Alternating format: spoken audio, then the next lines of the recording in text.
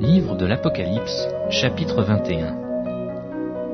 Puis je vis un nouveau ciel et une nouvelle terre, car le premier ciel et la première terre avaient disparu, et la mer n'était plus. Et moi, Jean, je vis descendre du ciel, d'auprès de Dieu, la ville sainte, la nouvelle Jérusalem, préparée comme une épouse qui s'est parée pour son époux. Et j'entendis du ciel une forte voix qui disait : Voici le tabernacle de Dieu avec les hommes. Il habitera avec eux, et ils seront son peuple. Et Dieu lui-même sera avec eux et sera leur Dieu. Il essuiera toute larme de leurs yeux, et la mort ne sera plus, et il n'y aura plus ni deuil, ni cri, ni douleur, car les premières choses ont disparu. Et celui qui était assis sur le trône dit : Voici, je fais toutes choses nouvelles.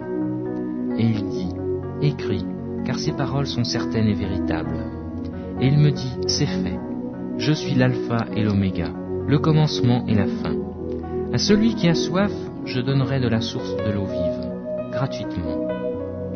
Celui qui vaincra héritera ces choses. Je serai son Dieu et il sera mon fils. Mais pour les lâches, les incrédules, les abominables, les meurtriers, les impudiques, les enchanteurs, les idolâtres et tous les menteurs, leur part sera dans les temps ardents de feu et de soufre, ce qui est la seconde mort. Puis un des 7 anges, qui tenait les 7 coupes remplies des 7 derniers fléaux, vint, et il m'adressa la parole en disant : Viens, je te montrerai l'épouse, la femme de l'agneau. Et il me transporta en esprit sur une grande et haute montagne, et il me montra la grande ville, la sainte Jérusalem, qui est descendue du ciel, d'auprès de Dieu, ayant la gloire de Dieu. Son éclat était semblable à celui d'une pierre très précieuse, d'une pierre de jaspe transparente comme du cristal. Elle avait une grande et haute muraille. Elle avait 12 portes, et sur les portes 12 anges. Et des noms étaient écrits, ceux des 12 tribus des fils d'Israël. À l'Orient, 3 portes. Au Nord, 3 portes. Au Midi, 3 portes. Et à l'Occident, 3 portes. La ville avait 12 fondements. Et sur eux, les noms des 12 apôtres de l'agneau. Celui qui me parlait avait pour mesure un roseau d'or, afin de mesurer la ville, ses portes et sa muraille. La ville avait une forme de carré, et sa longueur était égale à sa largeur. Il mesura la ville avec le roseau, et trouva 12 000 stades. La longueur, la largeur et la hauteur en étaient égales. Il mesura la muraille, et trouva 144 coudées, mesure d'homme, qui était celle de l'ange.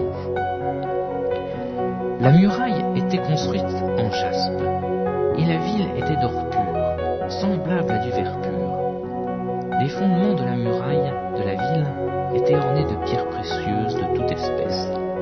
Le premier fondement était de jaspe, le second de saphir, le troisième de chalcédoine, le quatrième d'émeraude, le cinquième de sardonyx, le sixième de sardoine, le septième de chrysolite, le 8e de béryl, le 9e de topaze, le 10e de chrysoprase, le 11e d'hyacinthe, le 12e d'améthyste.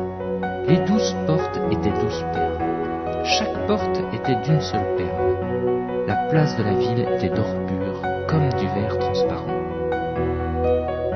Je ne vis point de temple dans la ville, car le Seigneur Dieu Tout-Puissant est son temple, ainsi que l'agneau. La ville n'a besoin ni du soleil ni de la lune pour l'éclairer, car la gloire de Dieu l'éclaire, et l'agneau est son flambeau. Les nations qui auront été sauvées marcheront à sa lumière, et les rois de la terre y apporteront leur gloire. Ces portes ne se fermeront point le jour, car il n'y aura point de nuit. On y apportera la gloire et l'honneur des nations. Il n'entrera chez elles rien de souillé, ni personne qui se livre à l'abomination et au mensonge. Il n'entrera que ceux qui sont écrits dans le livre de vie de l'agneau.